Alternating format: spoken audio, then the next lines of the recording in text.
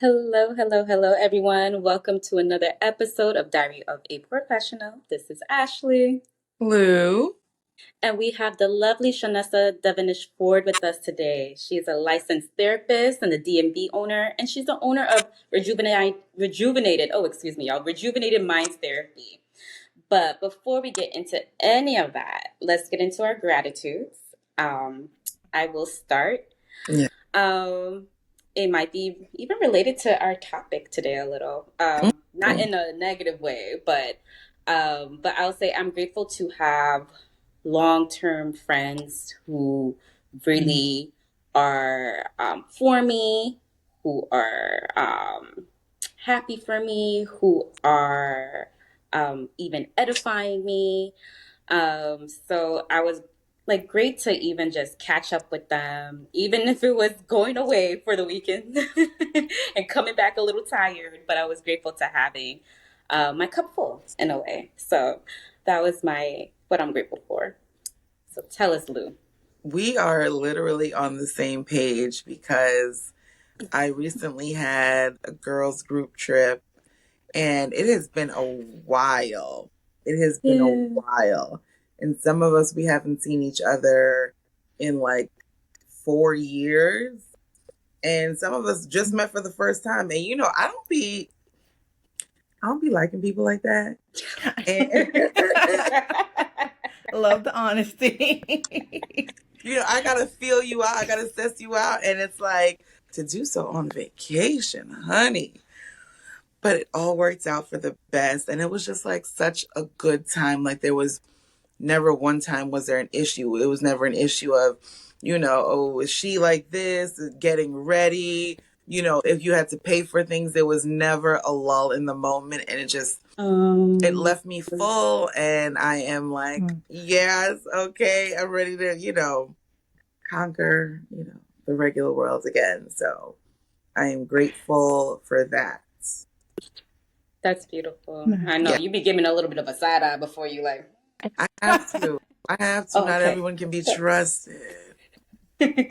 Very true. And then Yes. Shawnessa, tell us what you're grateful for this week. Yes. Okay. I'll say this. I got two things. One, I'm Mhm. grateful for y'all squad because I love how they poured into you all. You all look so light when you were talking about them. So shout out to y'all friends, y'all squad, y'all loved ones, for putting that smile, those gorgeous smiles on y'all faces. Mhm.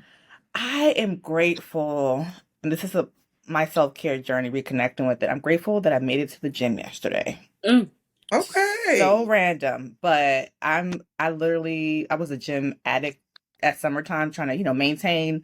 So Yeah. it's been like 2 months and I actually got up and was like, look, we're gonna have to do this. And I just put up my little inspirational pictures of Ashanti and Tiana Taylor and it got me there. So I was very grateful. That'll do it. That'll do it.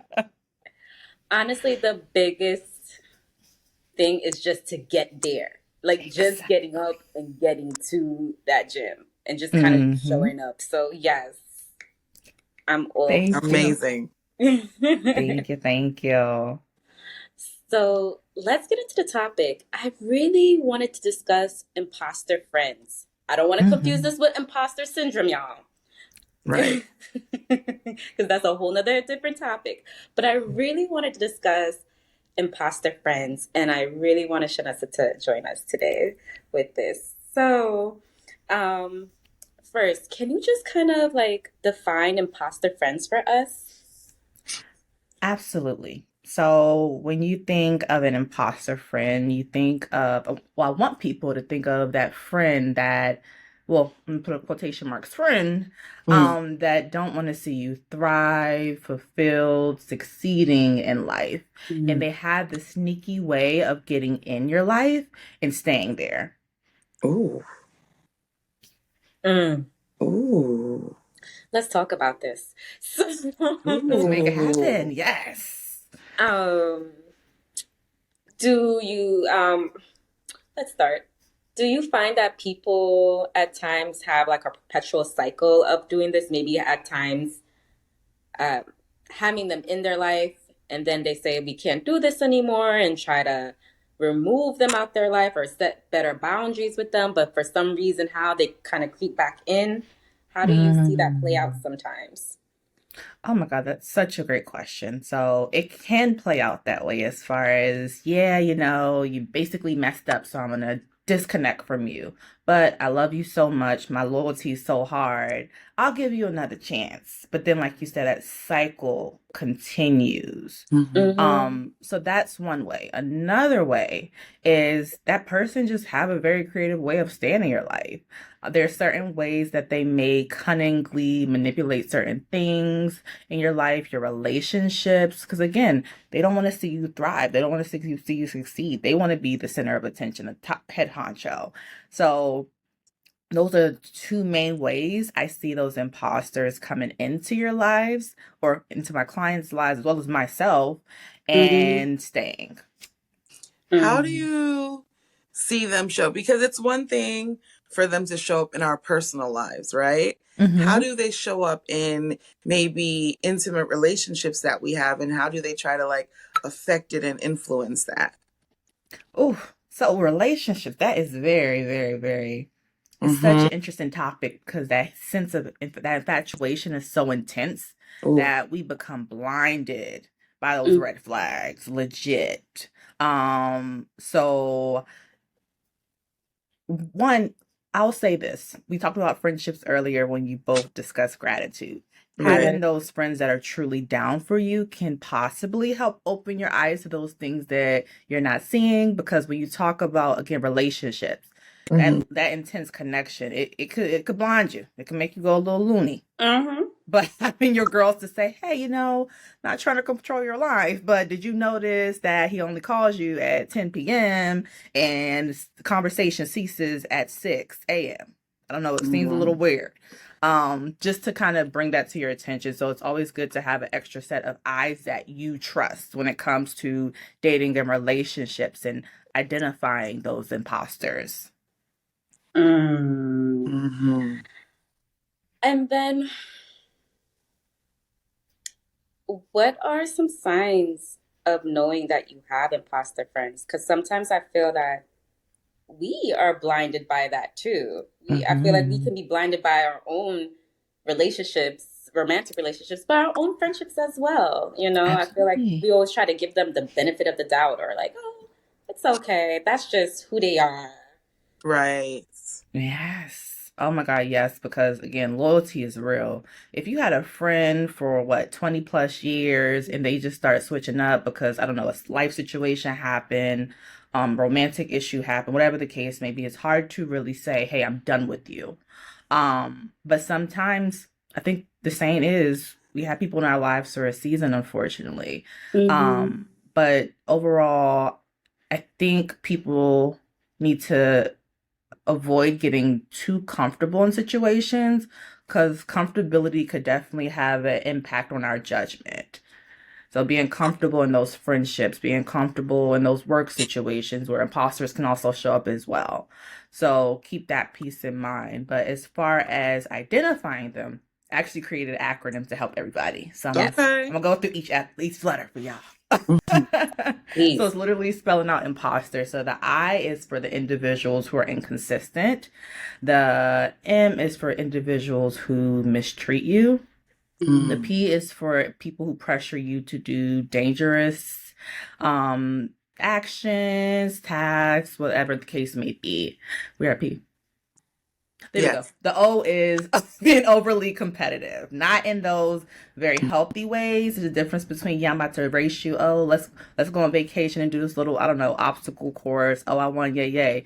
When it becomes a matter of you trying to be really malicious with this competition, we have a problem. Mm-hmm. So that is what the where are we?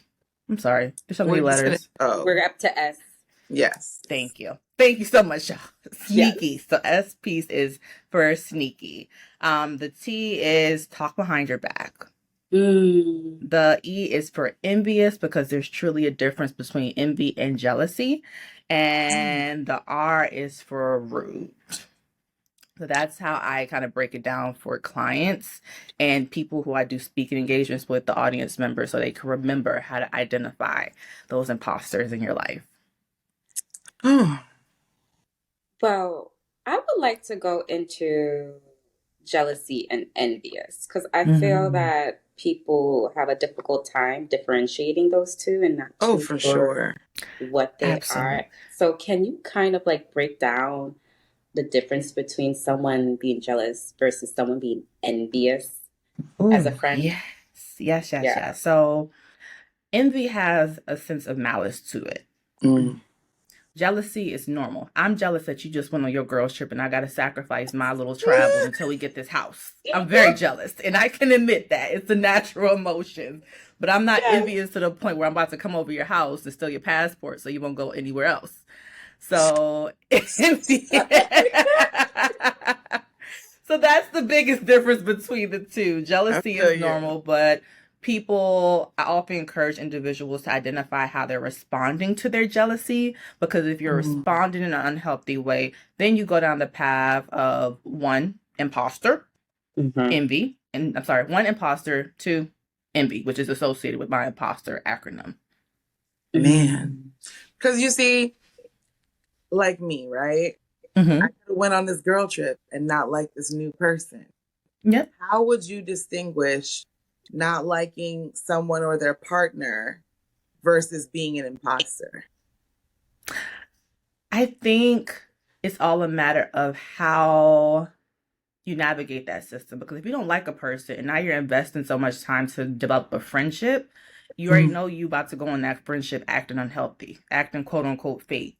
Mm-hmm. So there's a difference between you saying I just genuinely don't vibe with this person, so I'm not about to go on vacations with them, I'm not about to fake the funk at Mm-hmm. certain dinners. I could be cordial, but I'm not about to invest so much time knowing that I'll do more harm than good in that person's life, and I get a level of fulfillment seeing that harm being done to that person, or that Mm-hmm. person's going through it. Yeah, I get that. I feel that. I get that. Um, it's interesting we're mentioning the girls' trip because even with like my friend here, Lou, we were a group of friends, very Yeah. close, and it was very interesting to hear like some my friends, maybe say wherever work, high school, whichever. Mm. The main fact is if we go on this girl trip, the moment we come back, it's like, oh, another girls trip. Hmm. It's crazy that you guys are still friends. Oh, Oh wow. it's so nice that you have girls that you all get along and go on this girl trip. Like it was a very Like we can go on a trip and come back as friends. Yes, it's possible. Yes. and I don't know if you were getting that, Lou, but I used to get that quite a bit by a few, I guess. I don't I had, know. oh, y'all still kicking Friends that like I that. had That's just crazy. That's oh my god, they describe it as crazy. I think it's Yeah. beautiful. Or like, oh, where's this one? Because I haven't seen this one in a while. Or, oh, is this one? Oh, no, she's fine. She just got things to do. Not everyone's going to make it every time. Exactly. Oh, and that goes into that social media piece, right. Oh, because it's oof. like one, I'm very blunt, mind your business. That's first and foremost. But two, there are awesome, genuine friendships that last outside of high school, that last and continue to last from childhood. They are available, but I feel like when it comes to social media and those narratives around Black women and friendships, Mm-hmm. and even what you talk about traveling, the negativity around, oh, you're gonna go to Dominican Republic and come back and lose one of your friends because somebody's gonna cut up. It doesn't necessarily have to happen. I literally travel with my main two core sets of people, and we, like y'all said, kick it consistently. We just Yeah. know each other's vibes. We have a great time. We know each other's boundaries, how each other rocks. I'm a morning person. I will get up and explore the resort and have a mimosa in my hand, and they'll be just get up at 10 o'clock and we'll reconvene. And it's okay. It's okay. Yes. I'm not about to wake them up. We're just on it works because again, you understand your friend, you get to know them, and also invest in them as well. Mm-hmm. Because I think that's the piece that goes missing in a lot of friendships. People automatically assume after high school, everything is still going to be the same and it's going to be easy to maintain. When in reality, no, you have to put in an effort, just like you do with dating in y'all dating to find a partner. Friendships Right. deserve that effort too. Yeah, I agree. I think, I think part of that is like that, you have to be self-aware and knowing Definitely. that, like, I know Ashley is let's get out. She'll have a whole itinerary. She is active. I can be. Some of it I'm like, oh, this is not for me. But I think in, like, let's say a girls trip, maybe you don't go, maybe because you're busy, or I know that could be the end of our friendship. Yeah. I can know myself and maybe know you well enough to know that we cannot be in the small space and have only each other for a certain amount of days and still come out okay on the other end. You know what I mean? And so when some of them might look on and be like, oh, you went on another one, I didn't even know it was happening. There might be a reason for it. Navigating that conversation, that might be a whole kind of different topic. But it's one of those things that, like, you don't have to be all the way envious if you're not, or you wouldn't feel that way if you truly understood the dynamics of your relationship, where it's like, we can't quite do this like this. Or I can't bring all of my friends around all my other friends. Who knows? And then it's also life changes. Like I have to, like I said, I'm jealous that you went on your vacation because I have to save for a house. So my vacation time is about to be a little bit delayed until maybe the summertime. But am I going to be upset that my friends are going to Bali and enjoying their lives as they should? Absolutely not. Am I going to be jealous? Absolutely. You better Photoshop me in all those pictures. Yes. But I'm not about to mess up your itineraries. I'm not about to fake. Exactly. Exactly. Just FaceTime me in airport lounges so we could chat. And it's crazy because my one of the people that I travel with name is Ashley. She's just like you. She's like the itinerary person. She has everything logged. She sent us the Instagram stuff. Y'all want to do this? Okay, it's for 9 a.m. So that's so wild. I gotta tell her this afterwards. Wow, you got a whole twin out there. Yes, literally. Out there.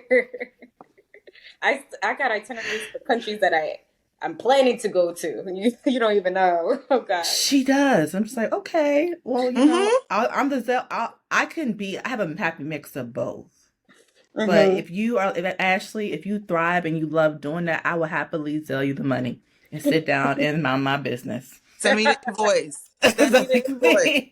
I'm down for that. I'm definitely consistent. As soon as you said, what is it, 44? You got it in your Zelle within 4 seconds. I'm down for that. We see each other. Yep. So how can we self-evaluate to make sure ourselves we're not imposter friends? How can we within ourselves? I think that's a great question. And that's going to literally require a level of objectivity on our ends. And realistically speaking, it may be a bit difficult to do that because we are awesome people, but sometimes we can't see outside of our awesomeness. So it can be a matter of tag teaming somebody that you trust to kind of talk you through it.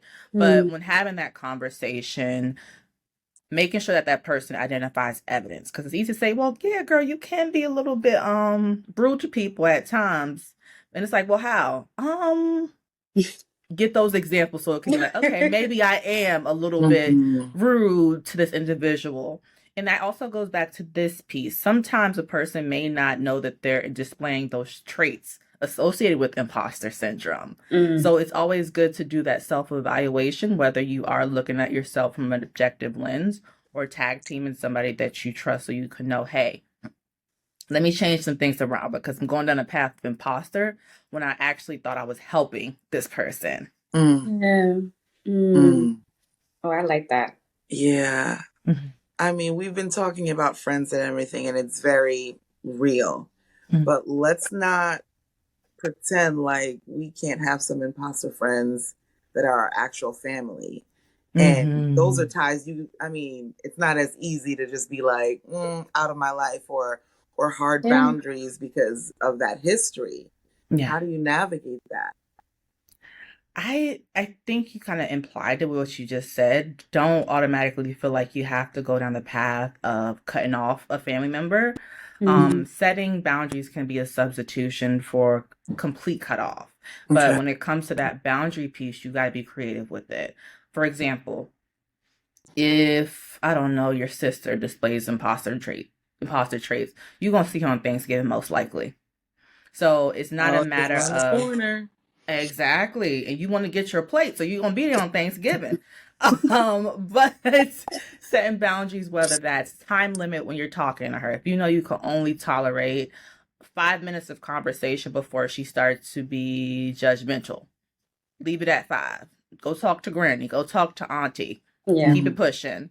Also go into the situation not having unrealistic expectations. Mm. Focus not necessarily on trying to develop a relationship, more so on the outcome, which is for you, going back to that Thanksgiving example, getting your plate, enjoying your food and your family, and leaving. So Ooh, identify your boundaries based off of that. Mm. I love that. Mm-hmm. It sets realistic expectations, especially because I feel like in these situations, it's not like a hardcore enemy, right? It Mm-hmm. just might be something that they're battling, but you have to deal with. Yes. And And that also opened the so, room for conversation as well. If your sister can, like, I don't know, let's say she's going through something that's causing her to act a certain type of way. If she's open to a conversation and is willing to listen, then that could be another strategy you can use before the Thanksgiving festivities. Right. Mm. I think this conversation was just helpful, just prepping ourselves, being around Mm-hmm. friends and family for, this holiday season, yeah. Absolutely. Yeah, absolutely. Because it's not easy at times, but I think just being again creative with those boundaries can definitely help you get through it because nobody deserves, especially during this time of year, to feel down and sad when they can definitely use some strategies to help navigate it. Yeah. Speaking of strategies, Mhm. please tell us about Rejuvenated Minds Therapy and tell us the services you provide. Yeah. Of course, of course, of course. So Rejuvenated Minds Therapeutic Services is my business baby. We're located in Maryland, so I provide therapy services to individuals who are battling with abandonment trauma. So I'm Mm. helping them combat that abandonment trauma so they could unapologetically set boundaries, enhancing their relationships, and combat survivor's remorse. I'm also a speaker, panelist, and workshop facilitator. So I travel and do wellness workshops in the DMV area as well as certain states. So that's another piece. And I think that's about it. So therapy services and speakers. So speaking services such as this today, so that I could be exposed to a wider audience. Since unfortunately I can't see so many people. We love it. And DMV ain't that far from Yeah. most places. Listen, y'all had me at Queens because I was born in Jamaica Hospital Center. Really? I was like, wait a minute. Okay, yes. That's right there. That's right there in front of you. I'm like looking out my window, like Exactly. I could look at it. Yes. My family live Yes. around, they used to, well, they moved to Atlanta. My family used to live around Supton Boulevard. My grandmother's still out there. My cousin Ashley. You're gonna find her somewhere. You're gonna probably meet her one day. And Asia, I forgot what part of Queens they in, but it's near Jamaica because she lives like right in front of the Jamaica station in JFK. But anywho, y'all had me at Queens. Right. Yes. I love it. I love Yes. it. Oh, Mhm. Um, that's great because I feel like there's so many issues you touch on that people probably don't realize they need to deal with. And like Mhm. different levels of abandonment, a parent could have been there and still abandoned you. Mhm. And you don't Absolutely. realize how you deal in certain relationships. That's where it comes from. So Mhm. that's amazing. Absolutely. Or if you're like an imposter. like you mentioned, have to do that assessment piece to see has Right. my abandonment trauma impacted how I present and show up in my interpersonal and romantic relationships. It's Wow. true. Because you could be the problem. Like, I could be the Mm-hmm. problem. It's not just dealing with Absolutely. what happened to me, it's like how I deal with others. Yes. I'm a whole therapist and I'm like, ooh, girl, let's go back and say sorry. Because that was a little bit much. Let's reel it I do. back. I just my husband too, like I think and my husband's my biggest accountability. Probably like, so that was a little bit much. Like Hmm. I felt it, so I'm gonna go back and just apologize for that. It didn't mean to come out that way.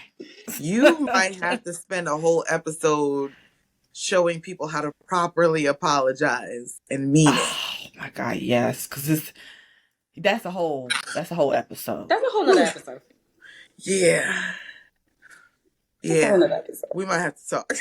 Yes, definitely, definitely. I'll have a whole workshop on it. Like this is what you don't say. Oh my God. And then, Shawnessa, tell us, do you have any last advice for those, before we close this out, for those who are dealing with imposters in their life? Hmm. I think my final advice would be to understand that some people may unintentionally be Hmm. displaying some traits associated with that imposter piece. Like Mm, I mentioned, a person may not know that they're mistreating you. They may feel like they're helping you in a way Hmm. through their honesty. They're honest. They think they're being honest, and this is just an example. They think they're being honest, but you take their approach as being rude. So being mindful that it may just be a person unintentionally displaying those traits in order to determine if they're actually an imposter. What you should do is have a conversation, identify those boundaries, and then see how things play out. Because if you discover that that person's not fulfilling the boundaries that you identified, then you have their answer as far as if they're an actual imposter. mm. I hear. Well, on that note, where can we find you? Where can the people Yeah. find? Yes, yes. The people can find me on Instagram. I'm on Instagram very heavy. Outside of my social media breaks, super simple, Shawnessa Devonish. And then you can also find me at rejuvenatedmindstherapy.com. Awesome. So people reach out, Yes. hit her Yes. up. We will tag your link so it'll make it easy for you to reach her. Thank you. Thank you. Yes, thank you for coming on. We enjoyed having you and Of having this course. conversation, and we want you guys to all join in. So, Mhm. comment below. Tell us, what your experiences with imposters are like, or if you identify traits within yourself that, Absolutely. you just might qualify. You're And right. work on it and realize that and say, Yeah, hey, what can I do Mhm. to work on that to have better relationships? for sure. Definitely. All right, everyone, let us know your thoughts. Till next time, till next episode. Thank you. Bye, guys. Thank y'all.